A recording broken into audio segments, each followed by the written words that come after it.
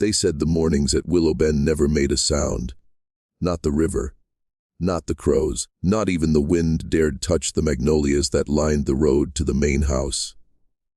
Something about that place, about her, stilled the world. Burke County's oldest families whispered that Cordelia Rodald didn't just live there. She ruled it like an altar, a living shrine to something ancient, something hungry. By 1839, 17 souls were gone, vanished beneath a curtain of polite lies and erased records. No sickness, no rebellion, just one death after another, all tied to a woman who was said to walk into the creek at dawn and come out younger. But the part that history never recorded is this: those men didn't just serve her. They were chosen. And if you knew what she took from them, what she transferred, you'd understand why even the physicians burned their ledgers and the county clerk tore whole pages from the registry, because what Cordelia did was not madness. It was method. The old journals describe her handwriting like a surgeon's. Sharp, deliberate, perfect. She wasn't chasing beauty or love or even immortality. No, she was chasing continuity, a bloodline without decay, a power that flowed not through gold or scripture, but through the body itself, refined through ritual. And in the silence before dawn, when the fog rolled low and the frogs fell quiet, the woman they called Mistress of Willow Bend stepped naked into the creek, surrounded by her 3 chosen men, each marked, each bound, each slowly dissolving under her voice. Most people hear this and think of sin, but sin is a word built to protect you from understanding how power really works. The truth is colder than faith and older than guilt. Those who control the body control the world, and that's the secret Georgia tried to bury. That beneath every plantation's polished parlor and silk curtain was not just cruelty, but ritual science, the blending of lineage, flesh, and will. You were never meant to hear this, because once you do, you start to see patterns. In medicine, in politics, in the way control is inherited, not elected. The question is not what Cordelia did. The question is why her methods survived, quietly, inside every institution that still governs you today. Cordelia Rodald did not invent her ritual. She inherited it. Buried inside one of her Charleston correspondence trunks was a letter sealed in red wax, signed only with an initial, E. The parchment smelled of salt and old iron. It spoke of a doctrine whispered through the hidden chambers of European medicine, a theory forbidden even in London's Royal Society, that human vitality could be transferred like property. The doctrine was simple in principle, monstrous in practice. Blood, the letter claimed, was not a liquid but a language. It carried memory, temperament, even fragments of the soul. By merging the bloodlines of the enslaved and the pureborn, one could distill certain vital elements: strength without fatigue, obedience without resistance, youth without decay. But to achieve balance, the exchange had to be ritualized through water, temperature, and rhythm. That's why Cordelia bathed in the creek at dawn. The cold water shocked the flesh into openness, and the repetition, the chants, the cuts, the geometry of the men's placement, created what the letter called a resonant field. She wasn't washing them, she was extracting from them, siphoning life through precision.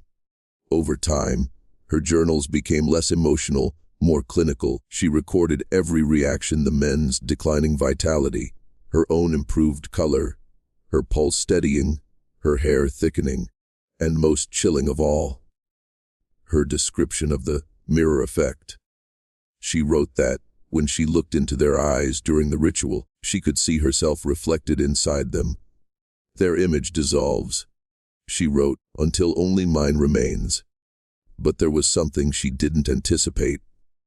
The process worked both ways. Energy exchanged is never one-directional. Those men, Isaiah, Caleb, Josiah, began to dream in her voice. They spoke words they didn't understand, moved as though guided by her memory. When one of them tried to resist, he woke screaming from visions of her hands pressed to his chest, whispering from inside his mind. And still she continued, daily, religiously, documenting every minute detail for her unseen mentor across the Atlantic. The doctrine of transfusion became her obsession, her scripture. She wrote that she was on the brink of a union of blood, and was strong enough to bend generations. What she didn't know was that such unions always demand payment. The energy she borrowed would not fade quietly. It would gather, waiting to collect its due. By midsummer of 1838, something began to shift at Willow Bend. The air around the plantation thickened, as if the land itself had grown sentient, aware of what was happening to it. The field hands whispered that the water in Turkey Creek no longer ran clear.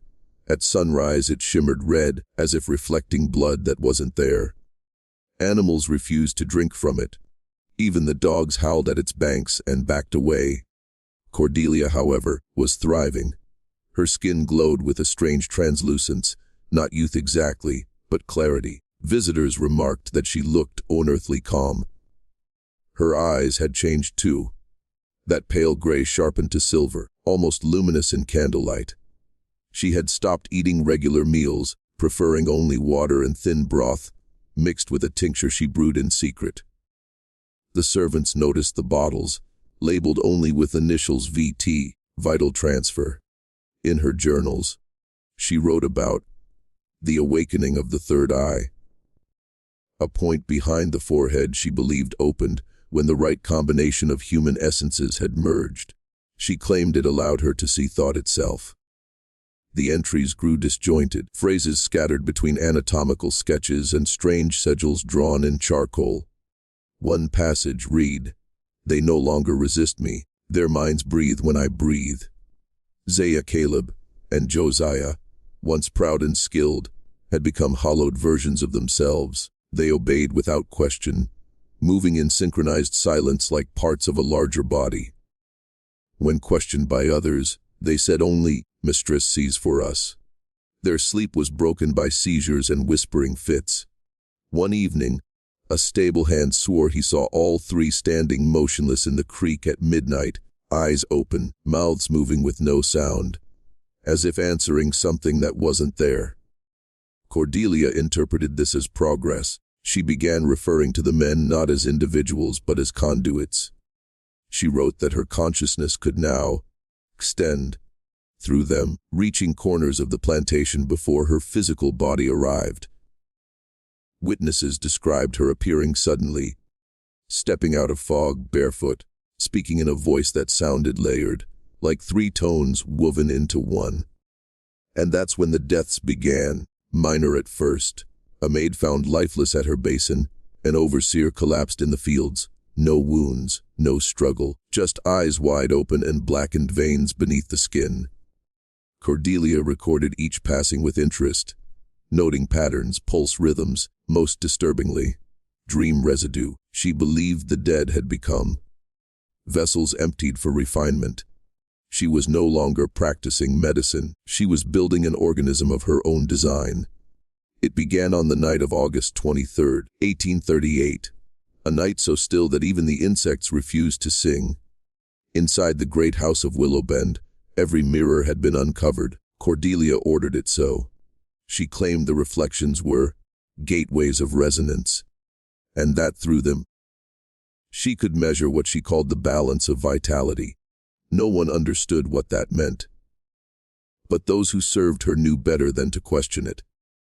The house glowed with candlelight, every reflective surface, polished silver glass, even the black water in bowls, shimmered with the faint distortion of faces that didn't belong to those who stood before them. The servants avoided looking directly into the mirrors, whispering that something watched back. At midnight, Cordelia called Isaiah, Caleb, and Josiah into the grand hall. She had them stripped to the waist and stand in a triangle, as always, but this time she positioned them before three tall mirrors taken from the bedrooms upstairs. She stood at the center, wearing a gown woven from gray silk, and soaked in the tincture she had begun drinking. The scent of herbs and metal filled the room. "This night," she said, The bloodline unites with its own reflection. What we are in flesh, we will become in essence. She drew the razor once more, but instead of bloodletting, she pressed its edge against her own throat, letting a single drop fall onto the mirrored floor. Then she whispered the same words she had spoken at the creek. But the sound was different, deeper, as if multiple voices echoed inside her chest. The mirrors began to vibrate, not from wind, not from touch, but from resonance. Witnesses, those few who dared to watch from the hallway, later claimed the reflections in the mirrors moved independently. The men's bodies stood still, but their mirrored selves turned toward Cordelia, reaching out, mouths open in silent scream. Then, one by one, the glass began to ripple like water. Josiah convulsed first. His body arched backward, veins bulging black across his skin. Caleb's reflection started bleeding from the eyes, though the man himself did not. Isaiah began muttering in Cordelia's voice, repeating her words exactly, syllable for syllable. Cordelia raised her hands, trembling, exultant. "The vessel is open," she whispered. "The self is multiplied." But she had miscalculated. The energy she had been drawing from them did not return obediently. It answered back. The mirrors cracked in unison, a shattering that sounded less like glass and more like a scream. Every candle in the house blew out. When light returned, Cordelia stood alone. The three men lay motionless at her feet, eyes open, faces empty, and in the mirrors, their reflections still moved. After that night, Willowbend became a grave in motion, a plantation where life continued, but only as imitation. The fields still filled with workers, the bells still rang, but something beneath it all had gone still. The laughter of children vanished first, then the music, then the birds. Silence grew like ivy, spreading through every wall, wrapping the estate in a quiet that felt conscious, predatory. Cordelia wrote that silence was nutrient, a necessary atmosphere for the refinement of her process. She no longer spoke to her servants, except through written notes. When questioned by visitors, she claimed she was observing a vow of purification, but in truth her voice had changed. When she tried to speak aloud, it echoed unnaturally, overlapping itself, as though two versions of her spoke slightly out of sync. The three men she had drained, Isaiah, Caleb, Josiah, were buried in the orchard behind the house. She arranged the graves herself, marking each with a symbol from her black notebook instead of names. Yet within a week, the earth above the graves began to sink, not from decay, but as if the soil itself were being pulled downward. Servants swore they heard movement at night, a slow dragging sound beneath the ground. Then the harvest began. It started small. Workers found dead in the fields, their faces eerily peaceful, mouths filled with mud. Livestock fell silent before collapsing mid-stride. The air thickened, humid even in the cool of dawn. Cordelia watched it all without panic. In her journal, she called it the reclamation phase, believing the energy she had summoned was simply rebalancing itself, redistributing life across the estate. But the truth was darker. The silence she had cultivated had become alive. It was feeding. One evening Rachel, the housemaid, entered the parlor and found Cordelia standing before the shattered mirrors. The pieces had reformed, not as reflections, but as a shifting, liquid surface. Faces moved within it, whispering just below hearing. Cordelia's hands trembled, not from fear but recognition. "They're speaking," she murmured. "The conduits aren't gone. They've gone inside."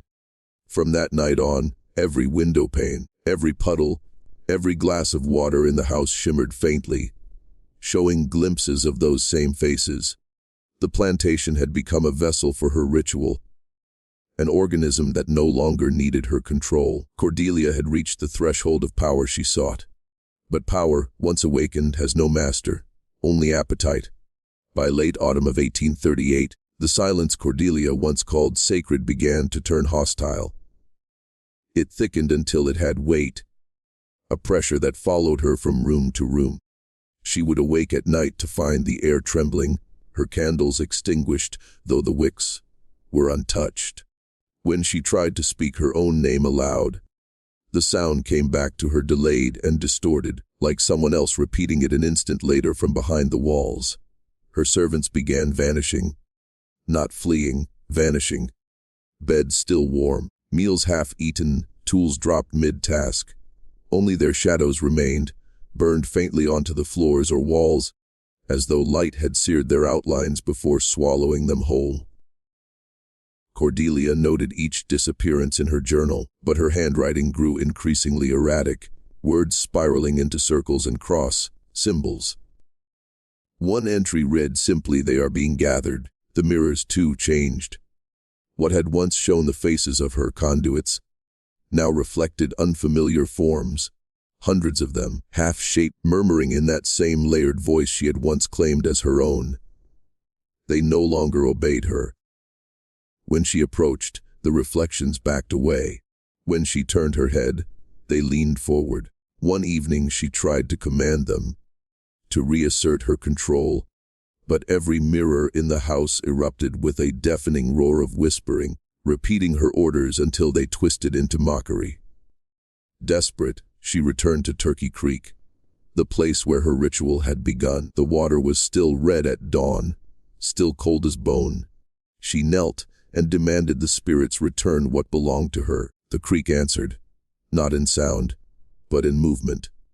The water rippled outward in a perfect circle, then rose up in the shape of three figures: Isaiah, Caleb, and Josiah, eyes white, mouths unmoving. Behind them hundreds more. Cordelia screamed, but the silence devoured instantly. The figures stepped from the water, their feet leaving no mark on the mud.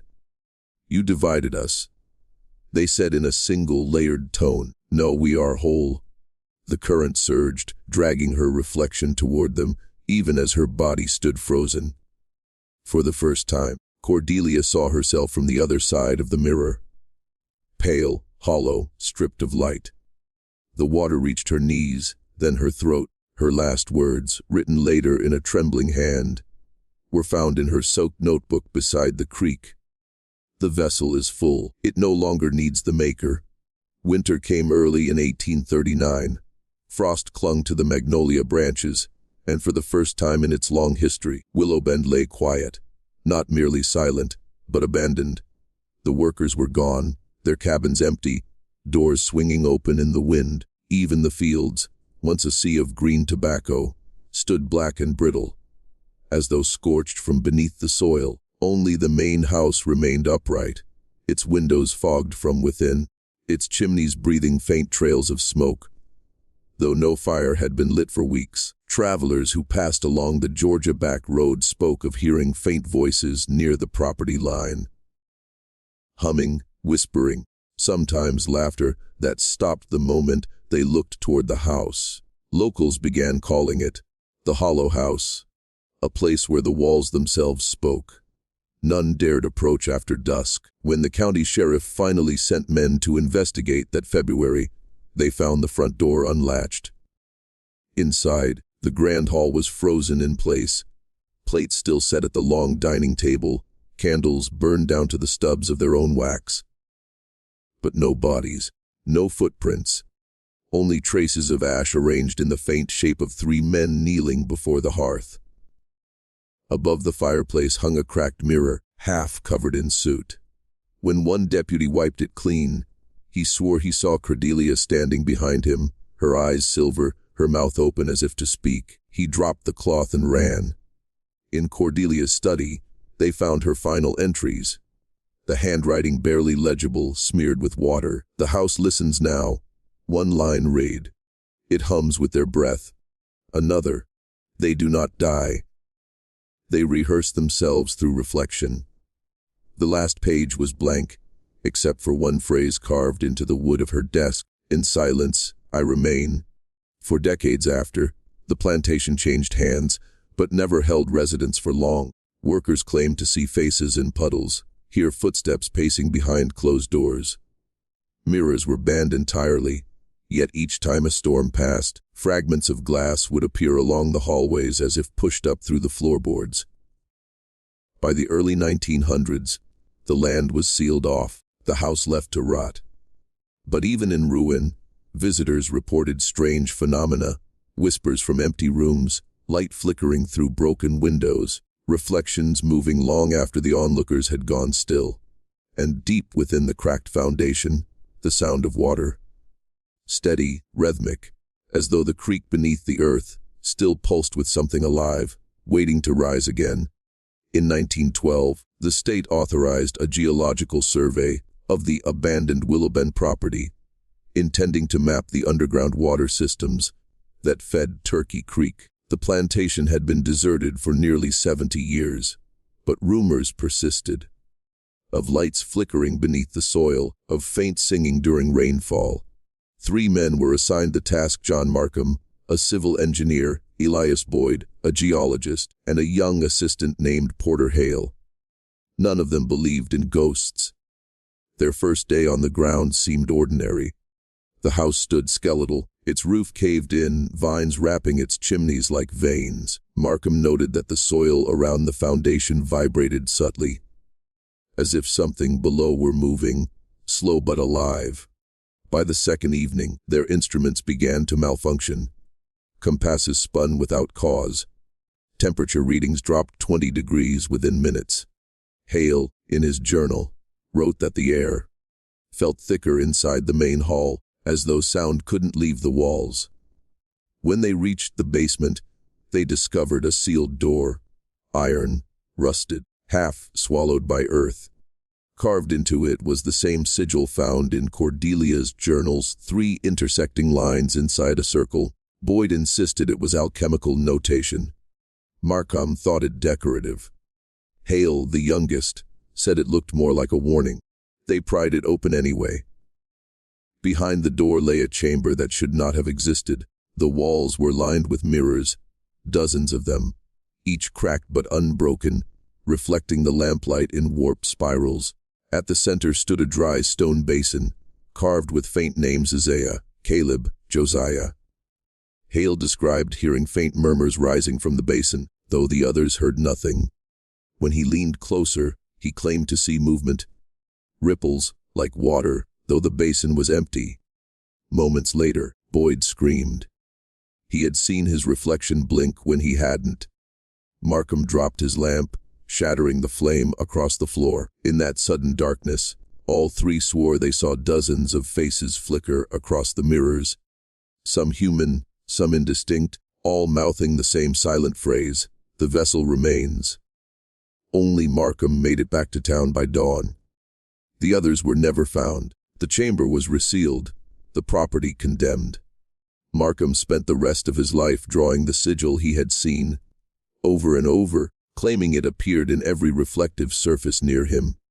His final note, discovered after his death, reads simply, "The silence breathes." In the summer of 1964, the Georgia Historical Society authorized a restoration project for Willowbend Plantation. The goal was simple: to stabilize what remained of the structure and preserve it as a relic of antebellum architecture. But what began as a preservation effort soon became something no one involved would ever speak of publicly again. The lead archivist, Dr. Miriam Lawton, was a meticulous historian known for her skepticism toward folklore. She dismissed the tales of the Hollow House as postbellum superstition and viewed the site as a test of rational documentation. Her team set up camp inside the Grand Hall, carefully cataloging artifacts, fragments of porcelain, silver cutlery, and water-damaged papers that had somehow survived the decades. Among the debris, she found Cordelia's journal, or what remained of it, a thin leather-bound volume sealed with wax. When the seal was broken, the ink inside was as fresh as if written that morning. The final entry was not written in English. It appeared to be a mixture of Latin, Greek, and medical shorthand. But one recurring word caught Lawton's attention: reflectum. The archivist translated it loosely as, "that which looks back." On the 3rd week of excavation, workers clearing the cellar uncovered the same iron door the 1912 surveyors had recorded. Against protocol, Dr. Lawton ordered it opened. The hinges gave way with a sigh like escaping breath. Inside, the mirrors remained intact, their surfaces now blackened, reflecting only faint outlines. At the chamber's center stood the stone basin, filled not with water but with a clear, viscous substance that refracted light unnaturally.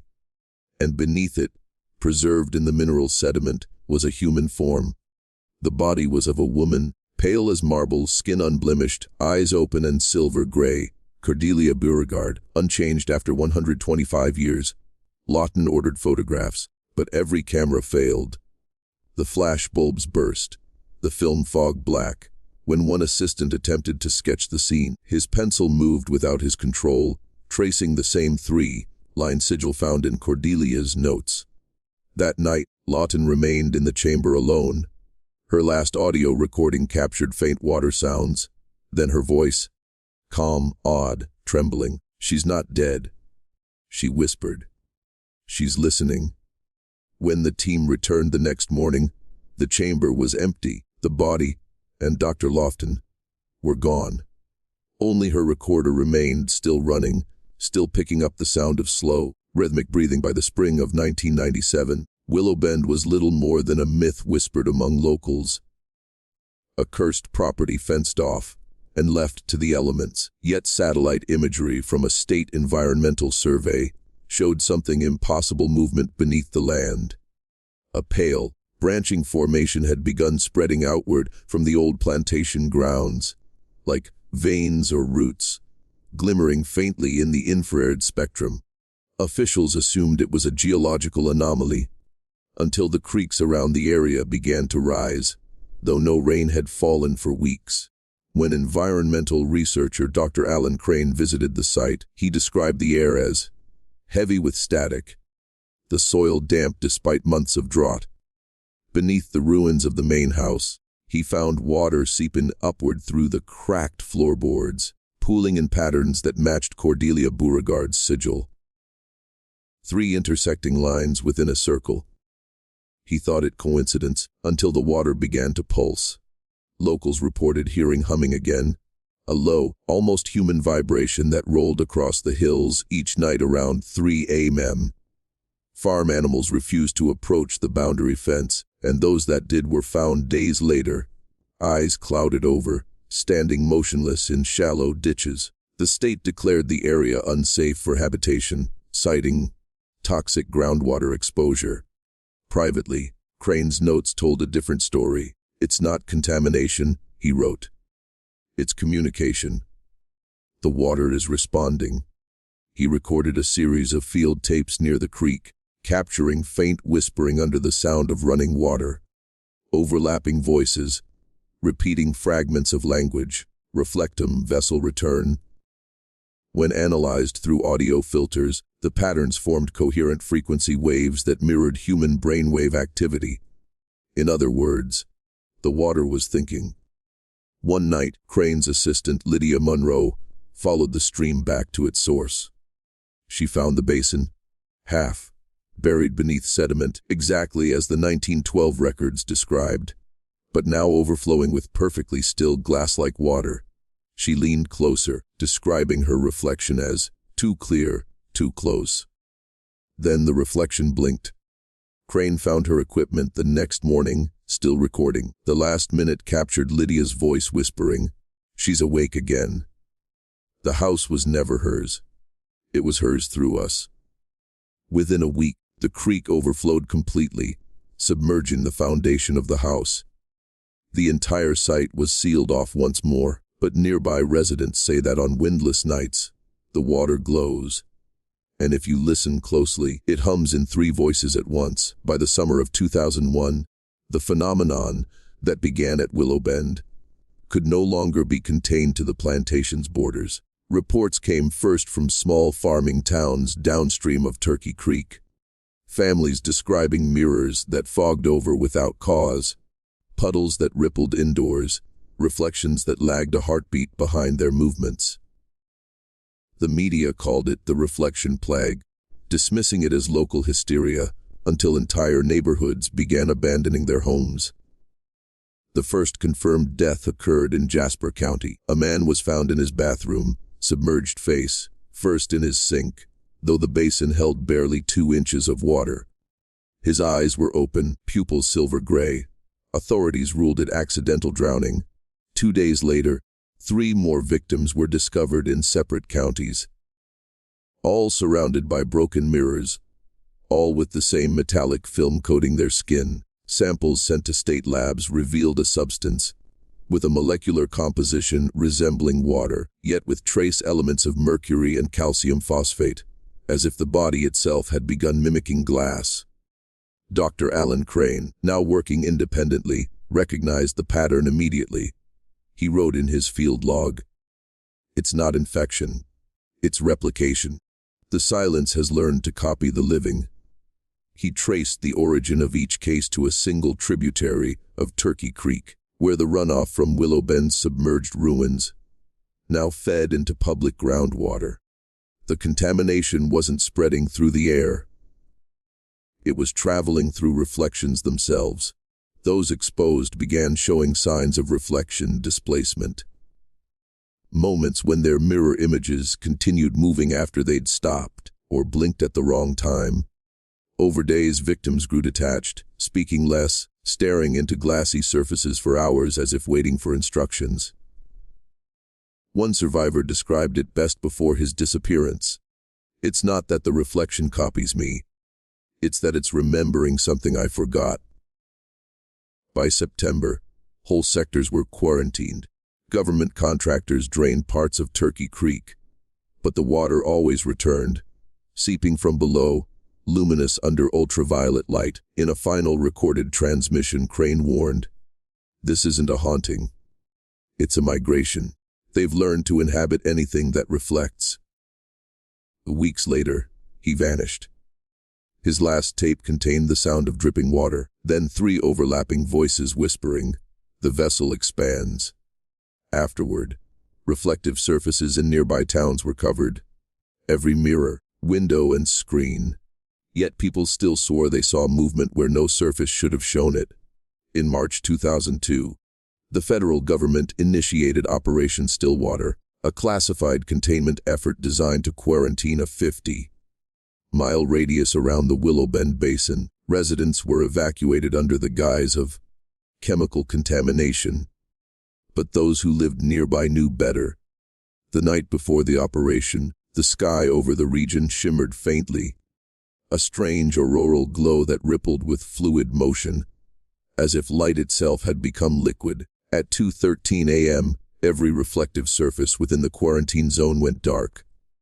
Not black, dark, as though light could no longer reach them. Windows absorbed flashlight beams, camera lenses refused to record. Surveillance drones malfunctioned, their optical sensors freezing with static shaped like faces. Scientists in the field described the phenomenon as optical inversion, a reversal of the properties of reflection itself. Whatever was inside the glass had come forward. Then came the silence.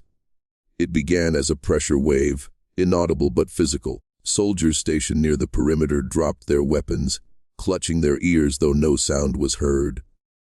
Heart rates slowed. Radios failed. The final transmission from the command post at Stillwater read, "Visuals compromised. Mirrors are breathing." After that, the entire communication network across the region collapsed. When contact was re-established 72 hours later, the zone was unrecognizable. The creeks had rerouted themselves, converging into a single lake that reflected nothing. A matte, depthless surface under an ordinary sun. The soil around it was glassy, vitrified by an unknown heat. Drones that ventured close lost navigation, spiraling down into the lake and vanishing without a ripple. The few who had been stationed outside the core zone reported seeing figures moving within the haze, pale silhouettes walking in formation along the banks, moving as one. When infrared cameras were later analyzed, the shapes corresponded not to heat signatures, but to negative space. Cold, absence made visible. The media blackout was absolute. The government erased Stillwater from maps, reclassifying the land as protected wetland. but whispers persisted.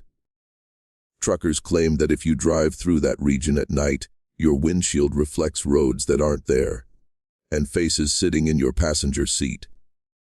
Officially, the event was logged as an optical contamination anomaly.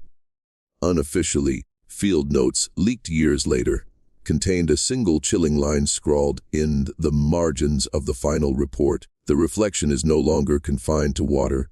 By 2007, 5 years after Operation Stillwater, whispers began circulating through Burke County's rural hospitals. Infants were being born with unusual ocular patterns, pupils that refracted light like polished stone, their irises shimmering faintly even in darkness. Locals called them the glass children. Doctors blamed rare congenital conditions, but nurses began noticing something else: these children never startled at their reflections. In fact, when placed near mirrors, they would reach toward them with eerie familiarity. Not as though they were seeing themselves, but recognizing someone they already knew. Records of these births were quietly transferred to the Department of Health's Behavioral Genetics Division in Atlanta, but no public statement was ever made. By 2012, over 43 confirmed cases had been identified within a 60-mile radius of the Willowbend exclusion zone. All shared one peculiar detail: their mothers had been present near Turkey Creek the night of the blackout, or descended from plantation workers whose families had lived near Willowbend for generations. The children grew quickly, cognitively advanced beyond their years. Teachers described them as detached, hyper, observant, and uncomfortably aware of others' emotions. One psychiatrist who examined a 9-year-old boy wrote in her notes, "He speaks of the woman in the silver water. He says she calls his name at night, not from his dreams, but from behind the mirror." She resigned the following week and disappeared from public record. By adolescence, their presence carried a charge. A low hum of unease in every room they entered. Electronics glitched near them. Photographs came out distorted. The reflection of any mirror behind them appeared slightly delayed, as though time itself stuttered to keep up. Yet, despite mounting anomalies, the state ordered all files sealed under the Cultural Heritage Preservation Act, a legislative ghost clause last used in 1943 to bury evidence of human experimentation in Alabama. One former official leaked an internal memo suggesting that these children were not mutations, but continuations. The reactivation of something ancient, embedded in bloodlines touched by Cordelia Routledge's rituals. The report ended with an unsettling line: "They are not haunted by history. They are history remembering itself." By 2019, several of the glass children, now adults, began vanishing. No missing person reports were accepted. But every so often, a mirror in Burke County fogs from the inside, and when it clears, a handprint remains on the glass. In the fall of 2021, a man named Elias Drummond, a freelance documentarian from Savannah, quietly applied for access to the restricted lands once known as Willowbend Plantation. His surname wasn't coincidence. He claimed to be a direct descendant of Isaiah Drummond, one of the enslaved men bound to Cordelia Routledge's ritual in 1838. His proposal to the state archives was written under the guise of historical preservation, but his real purpose was far darker. Elias had begun seeing faces in mirrors that weren't his own. His footage begins in static and cold wind. The overgrown road to Willowbend looks more like a scar than a path, lined with skeletal oaks whose branches twist toward the center, as if reaching for something beneath the soil. At the site where the plantation house once stood, he found no foundation, no debris, only an unnatural depression in the ground, smooth as glass, as though the earth itself had melted and refrozen. He set up camp near the edge of the old Turkey Creek bed. The creek no longer flowed, it pulsed. Beneath its hardened surface, shadows seemed to ripple in silence, forming vague human shapes.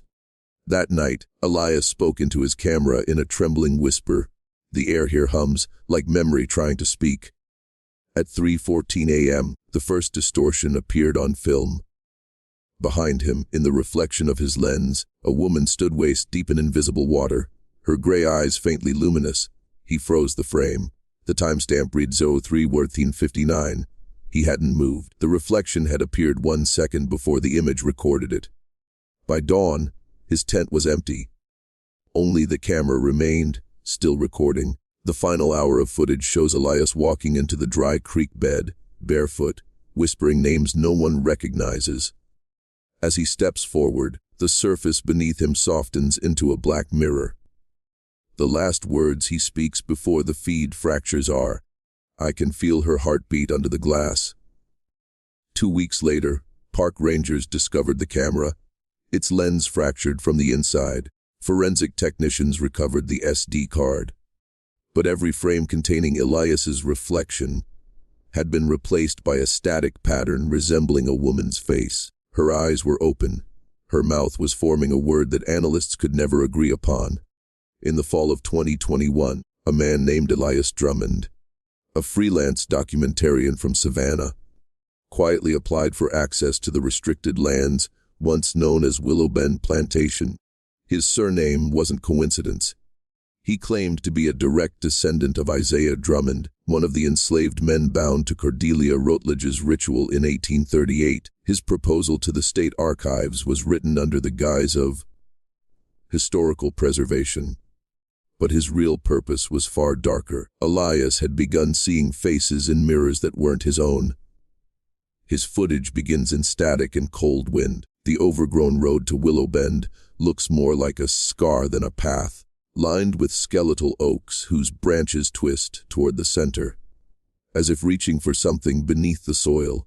At the site where the plantation house once stood, he found no foundation, no debris. Only an unnatural depression in the ground, smooth as glass, as though the earth itself had melted and refrozen. He set up camp near the edge of the old Turkey Creek bed. The creek no longer flowed, it pulsed. Beneath its hardened surface, shadows seemed to ripple in silence, forming vague human shapes. That night, Elias spoke into his camera in a trembling whisper. The air here hums, like memory trying to speak. At 3:14 a.m., the first distortion appeared on film. Behind him, in the reflection of his lens, a woman stood waist-deep in invisible water, her gray eyes faintly luminous. He froze the frame. The timestamp read 03:13:59. He hadn't moved. The reflection had appeared 1 second before the image recorded it.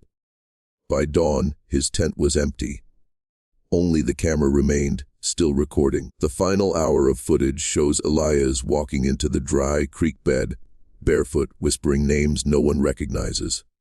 As he steps forward, the surface beneath him softens into a black mirror. The last words he speaks before the feed fractures are, "I can feel her heartbeat under the glass." 2 weeks later, park rangers discovered the camera. Its lens fractured from the inside. Forensic technicians recovered the SD card. But every frame containing Elias's reflection had been replaced by a static pattern resembling a woman's face. Her eyes were open. Her mouth was forming a word that analysts could never agree upon. The footage from Elias Drummond's final night was never officially released, yet fragments began circulating online in late 2022.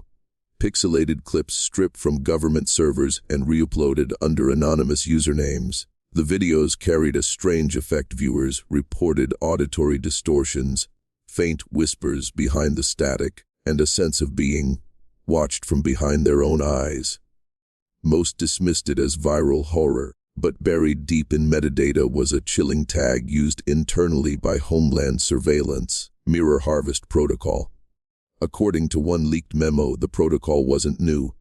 It dated back to 1839, when Cordelia Rutledge's final experiments referenced something she called the reflection rite, an alchemical process designed not to prolong life, but to duplicate consciousness. The ritual at Turkey Creek had been the first phase of genetic seeding, binding bloodlines through mirrored resonance. What occurred during the 2002 Stillwater blackout wasn't an accident. It was the second awakening, the point when the reflections learned to live without glass. By 2023, analysts began detecting anomalies in facial recognition databases across the Southeast. Thousands of surveillance cameras captured duplicate faces, people standing beside themselves in frames, identical down to the scar, blinking one frame out of sync. The duplicates never appeared in consecutive footage. They were reflections without mirrors, images untethered from their source. Within months, the Department of Energy ordered all reflective materials within a 50-mile radius of Burke County to be removed or covered. But it was too late. Mirrors had become portals of memory, and the entities moving through them were not ghosts.